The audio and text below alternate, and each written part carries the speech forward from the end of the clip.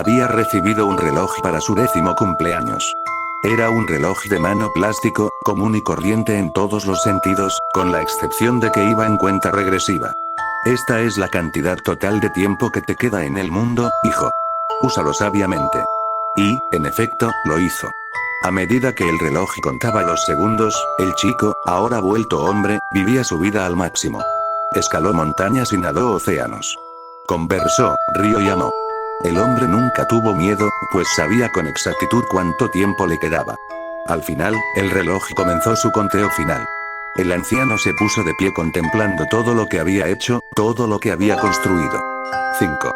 Estrechó manos con su antiguo compañero de negocios, el hombre que durante mucho tiempo había sido su amigo y confidente. 4.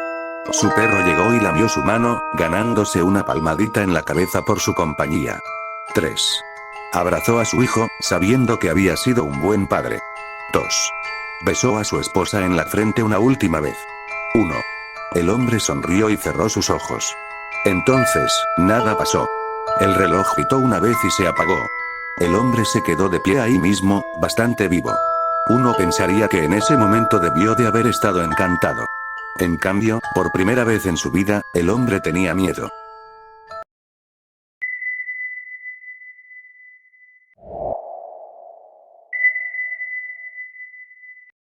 Este Halloween, no dejaré que mis niños vayan a pedir caramelos. No después de lo que sucedió el año pasado. No cuando la mitad de los padres del pueblo aún están en duelo, y cada semana de por medio ves cunas y camas matrimoniales en las aceras que cualquiera puede ir a tomar. Son recordatorios crueles de que nuestras pérdidas calan profundamente. De que el dolor sigue aquí. E incluso si esas heridas han empezado a sanar para algunos, siempre arderán. El año pasado, los niños recibieron caramelos contaminados. 55 de ellos se enfermaron, 31 murieron. Salió en todos los noticieros, así que no necesito darles el trasfondo de una historia que ya conocen. Mis niñas tuvieron suerte, pues ambas son alérgicas al maní y les dieron sus caramelos a sus amigos. Amigos que ya no tienen. Recuerdo mi turno en la sala de emergencias cuando los niños comenzaron a fluir. Tomó algunos días. El primero fue el 3 de noviembre. Una niña de 4 años llamada Regina. Presentaba dificultades para respirar. Al principio, pensamos que era una reacción alérgica, pero ninguno de los tratamientos pareció funcionar.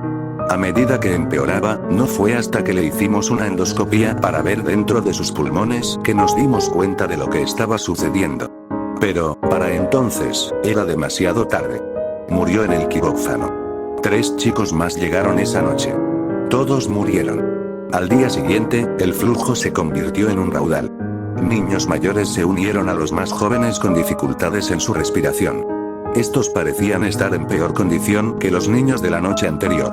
Los síntomas iniciales habían dado paso a síntomas secundarios antes de la muerte, así que tuvimos que lidiar con el asombro y el terror que estaban experimentando conforme su estado empeoraba.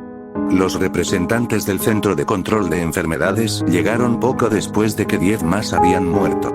Fueron capaces de rastrear rápidamente la fuente de caramelos contaminados. Se determinó que el productor local de chocolate era el culpable, y una investigación expedita reveló exactamente cuántos caramelos habían sido contaminados.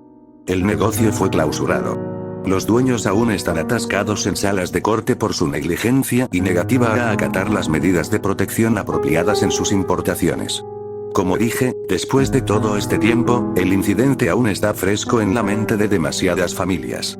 Pasarán el resto de sus vidas asociando una festividad con la muerte y devastación, en vez de la diversión y emoción.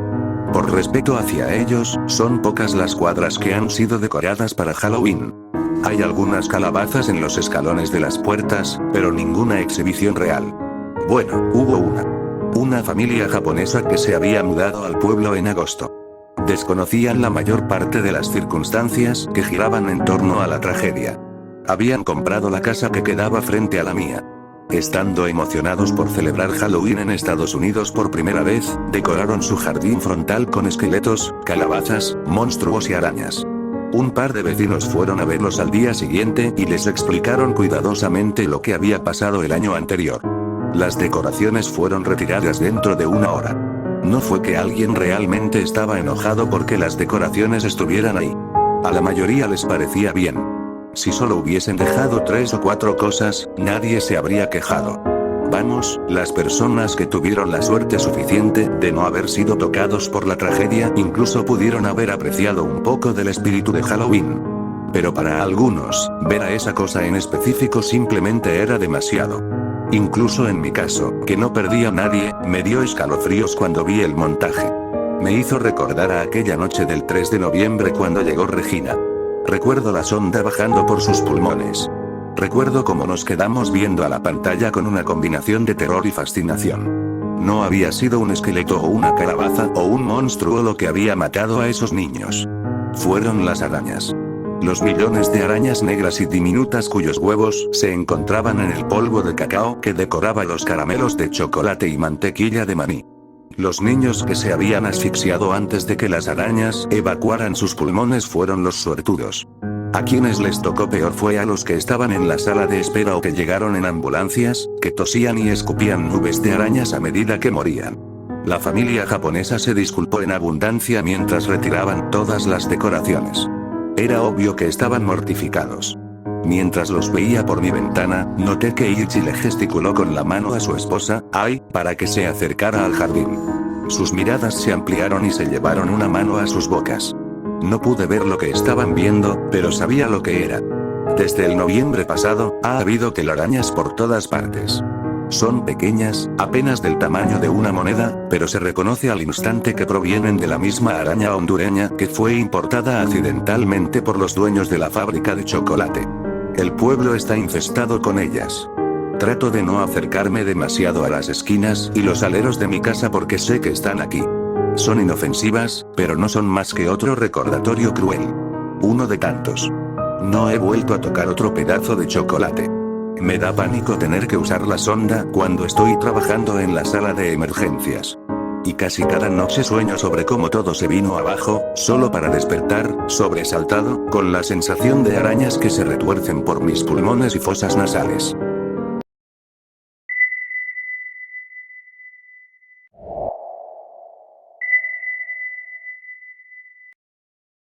A mi esposa, Rosa, le gustaba mantener un horario.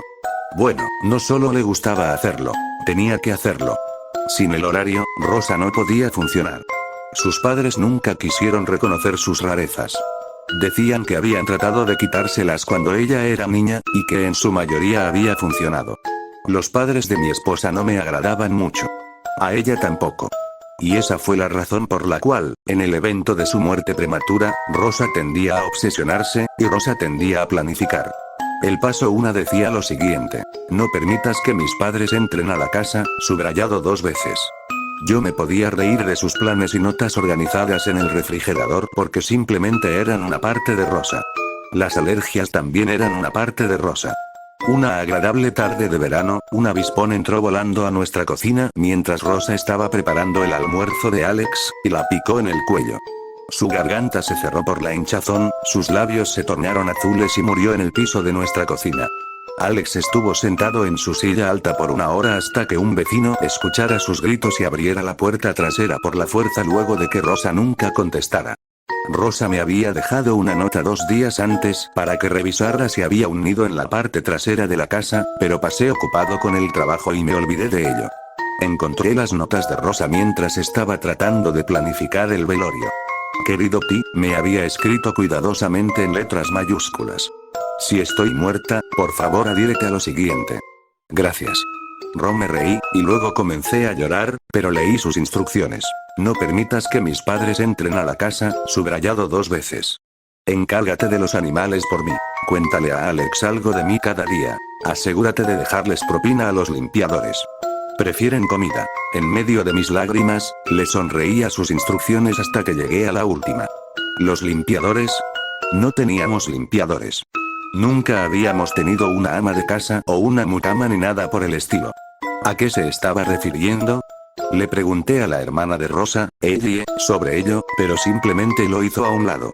Ya conoces a Ro, siempre despistándose. Probablemente era uno de sus chistes y nunca tuvo la oportunidad de contártelo. Rosa me contaba sus chistes apenas se le ocurrían, porque así estarían frescos. Pero el resto de la lista había sido bastante seria. Rosa hablaba en serio sobre no dejar que sus padres entraran a la casa, hablaba en serio con que me encargara de su colección de animales de vidrio de colores, y hablaba en serio sobre no dejar que Alex se olvidara de ella. ¿Por qué agregaría un chiste aislado al final? Así que, contra mi buen juicio, y porque aminoraba la sensación de que un agujero había sido perforado en mí, dejé cada noche en la repisa de la cocina una barra de granola o una galleta, o cualquier cosa, en realidad. Y, por la mañana, la casa siempre se veía un poco más pulcra y la comida había desaparecido. Quizá el duelo me estaba haciendo delirar. O quizá realmente teníamos limpiadores. De cualquier forma, no me inquietaba. Fuera lo que fuera, Rosa tenía algo que ver con ello, y ella nos amaba. Una noche, me quedé despierto para tratar de darle un vistazo a los limpiadores, sintiéndome como un niño pequeño queriendo vislumbrar a Santa. Pero caí rendido en el sofá después de algunas horas, y me desperté a altas horas de la madrugada, escuchando el repiqueteado de platos en la cocina. Cautelosamente, me puse de pie con lentitud y me acerqué a la habitación oscurecida, pero el repiqueteo y el sonido de raspado se detuvieron abruptamente apenas encendí el interruptor de las luces. No había nada ahí. Pero la banana que dejé había desaparecido. Si tenía platos en el lavado, estarían limpios y secos por la mañana. La lavandería estaría doblada nítidamente. Las marcas en la alfombra desaparecerían. Siempre les dejaba propina a los limpiadores. Y luego los padres de Rosa se invitaron a sí mismos 2 meses después de su muerte. Como eran bien astutos, llegaron mientras yo estaba afuera de la casa y ella cuidaba de Alex. Para cuando llegué del trabajo, se habían acomodado firmemente en nuestro cuarto de huéspedes. Para un padre trabajador, me informaron, era imposible cuidar de un niño de 1 año. ¿Cómo me las iba a arreglar sin una mujer en la casa? Pero la mamá de Rosa señaló, con una rápida sonrisa burlona, que no era como si Rosa hubiese sido buena para todo ello. Que estaba demasiado ocupada jugando con sus animales de vidrio o dibujando sus criaturitas, y que era muy inepta como para siquiera saber usar la lavadora. Rosa no era inepta, era brillante. Había sido publicada en revistas científicas. Tenía más educación formal que yo. Y cuidaba bien de Alex, y bien de la casa. Así que ¿qué importaba si coleccionaba cosas y dibujaba casi obsesivamente? Y la lavadora era demasiado ruidosa para ella. Era una sobrecarga para sus oídos. Yo sabía estas cosas porque había conocido a Rosa por 7 años. Ellos la habían criado y ni siquiera sabían cuál era su color favorito, rojo, con el cual vestía casi todo el tiempo, o su músico favorito, John Coltrane, a quien reproducía casi todos los días. Quería que se fueran, pero estaba de luto, lidiando con un infante, y ellos eran necios. Me mordí la lengua y traté de esperar a que se fueran, hasta que un día llegué a casa y me enfadé cuando encontré a la mamá de Rosa hurgando entre sus animales. Algunos de ellos yacían hechos añicos en el piso al lado de la vitrina en donde estaban guardados. Vete. Somos los abuelos de Alex. Chilló la madre de Rosa mientras la pastoreaba por las escaleras. Tenemos derechos. Terminará igual que su madre. Lo vas a arruinar. Vete de una puta vez, les rugí en respuesta, y pálidos y abatidos, huyeron apresurados por la puerta principal. Esa noche olvidé dejarles la propina a los limpiadores. A las 2 de la mañana, me desperté por el sonido de gritos en la planta baja. La mamá de Rosa, habiéndose robado la llave de ella, había entrado por la puerta trasera justo a tiempo para encontrarse a lo que solo puedo suponer que fueron unos limpiadores bastante alterados. No estoy seguro de qué fue lo que le hicieron, pero había un cuchillo enterrado en el marco de la puerta a la altura de la cabeza, y los gabinetes y cajones estaban volcados. El sofá de la sala de estar se veía como si alguien le hubiera caído con tijeras de podar. Las cortinas estaban hechas jirones. Lo único que fue dejado intacto había sido los animales de Rosa. Sus padres ya no visitan. De hecho, me han reportado a la policía 2 veces hasta ahora, pero creo que estos han comenzado a ignorarlos. He estado revisando los dibujos de Rosa, para enseñárselos a Alex cuando sea mayor, y veo que dibujaba a los limpiadores de vez en cuando.